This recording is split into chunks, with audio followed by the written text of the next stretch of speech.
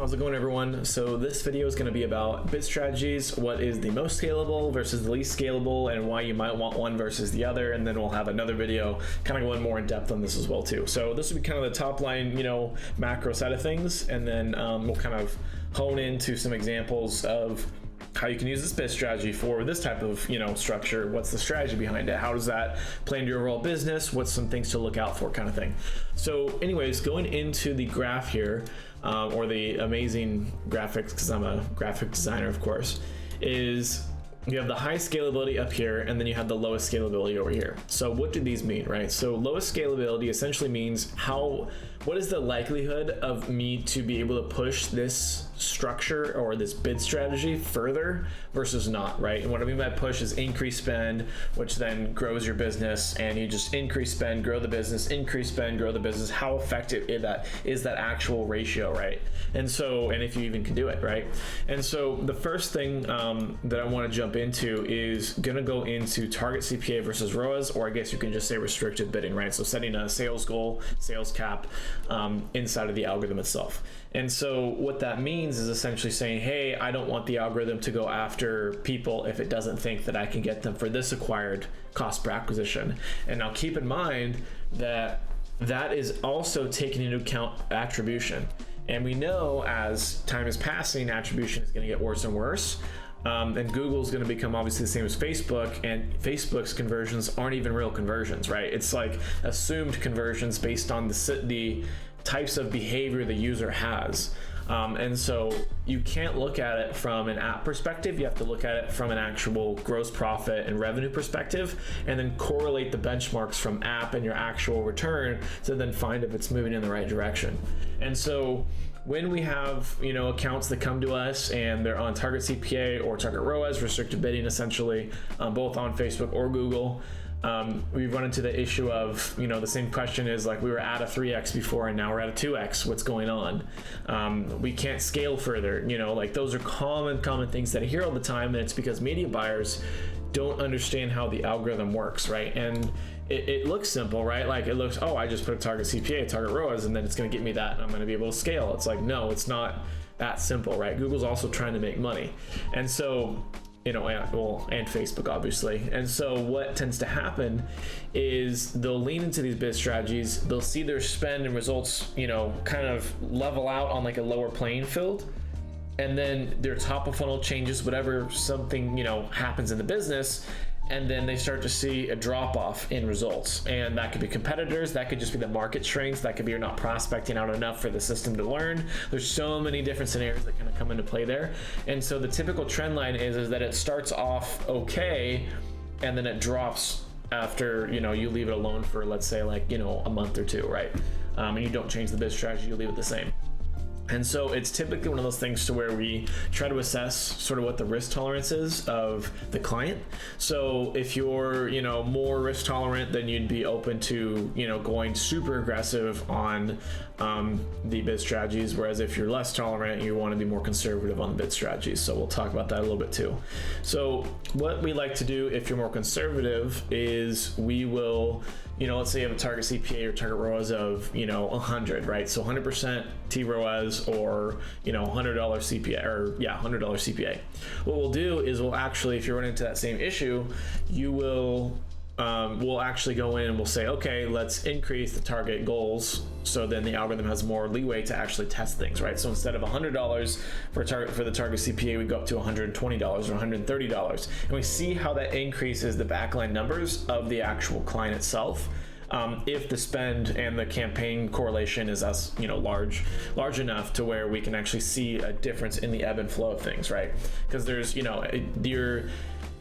your marketing funnel and your business is not going to be a very flatline scale. It's going to look like the stock market. It's going to slowly increase and decrease. Quickly decrease and increase, depending on the scope of your business as time passes, right? It's just like the stock market, that same kind of graph. And so we're trying to look for the differences between when we started that test and how that affects your top line numbers, because obviously that's going to be what pays the bills. And so I'm kind of rabbit holing here, but anyways, target CPA and target ROAS tends to be the least scalable because it restricts the algorithm too much. And so when the algorithm doesn't have data, it can't reach out and find more people like that, or if you have a competitor in the market, or if attribution just drops off, right? And so there's so many factors of why target CPA and target ROAS aren't the best for accounts. And in all the accounts that we've gotten, at least I've gotten and I've worked with, I tell them to take this off.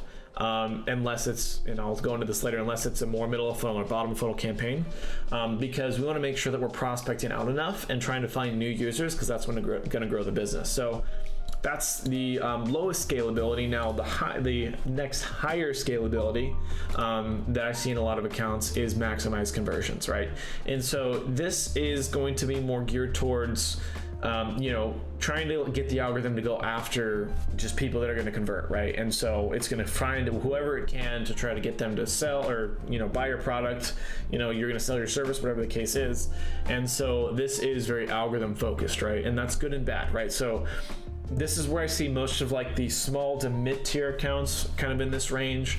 I would say the majority of media buyers that are pretty confident in what they're doing are using this conversion action, because it's allowing the system to prospect out enough, but it's also allowing all users to flow in and optimize towards capturing those users.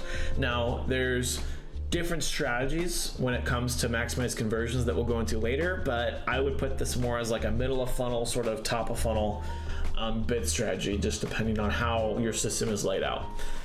The next process, or the next, I guess you can say, bid strategy further up when it comes to scalability, which I see in larger accounts, is non-conversion based strategies. So what we'll find is, you might have a YouTube campaign that's running, optimized for views, right? So you're, or target cost per impression, right? And you're trying to just reach as many people as possible, which are the right audience, and then get them to convert in other campaigns or whatever the process is, and test that difference between what did we change, did that affect anything else, and trying to link those two together, because attribution software they're a nightmare, and it's just going to get worse and worse, and it's all assumed data. I would rather work off of touch points versus assumed funnels of users. That's a whole nother conversation when it comes to third-party attribution tools though. So non-conversion based strategies, this is what all the large brands are doing, right? Think about even Starbucks, right? They'll just go to like a publisher and then just publish it out and go and optimize for impressions, right? They're not even optimizing for conversions. So it's very, very much geared towards, prospecting, finding users, and then bringing them into the rest of your funnel. Really, really good on scalability. You can really, get to a position where, if this is working, you find out the splits between your funnel, and you can just push this, and the scale is very, very, linear per se.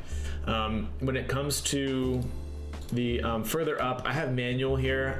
There's a little bit of a weird strategy that I might go into in the future when it comes to manual, but think of manual as you're essentially taking the algorithm out of the equation as much as possible.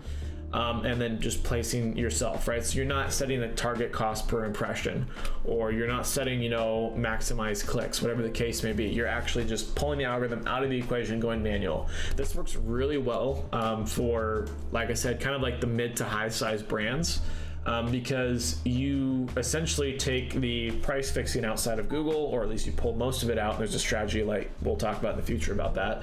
And it allows you to essentially scale accounts as long as you're targeting the specific audience correctly, however large the audience is. So whether it's keyword based or it's specific audience based, you can essentially scale that. I would say I've never ran into a scaling wall when it comes to that. Normally it's a fulfillment issue, or you're running into, we scaled it and now we actually have to scale the middle of funnel to try to catch up to the top of funnel, and sort of the relationship changes between the funnel there. That's typically the bottleneck that I see in most accounts. But, or, creative fatigue, and you have a creative that's killing it and then it changes. So it just kind of depends on your business. But I would say, just from a general standpoint, to kind of sum this all up, is these algorithms don't know what you want, right? They don't know exactly what you want, and they're trying to make money.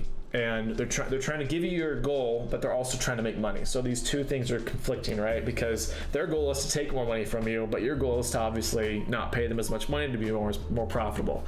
And so it just comes down to knowing how the algorithm works to then work your way around it. Because, like I said, Google's not going to just say, oh yeah, you need to have this target CPA and this target ROAS or whatever the case may be. And you might find out, no, I need a higher target CPA and a higher ROAS, or a lower target CPA and a higher ROAS, because I'm not profitable at that based on your back end numbers, right? Like what's your OpEx, what's your overall cost to just ship the product, right? There's so many other things that come into play, like your close rate too. And Google doesn't know that. And personally, I don't want Google to know that, because then they can't, leverage that data against me. So there's a lot of information when it comes to, how people view, conversion-based strategies. But I just want to give you guys this highlight of how I kind of look at it from a aggressive standpoint on scalability versus not. And kind of some ideas too behind why these might blend together, right? On your top of funnel or middle of funnel and bottom of funnel. So we'll go more into specifics on here, but this is going to be kind of a little series on bid strategies and how we can like to look at them. So anyways, thanks again guys, and I will see you in the next video.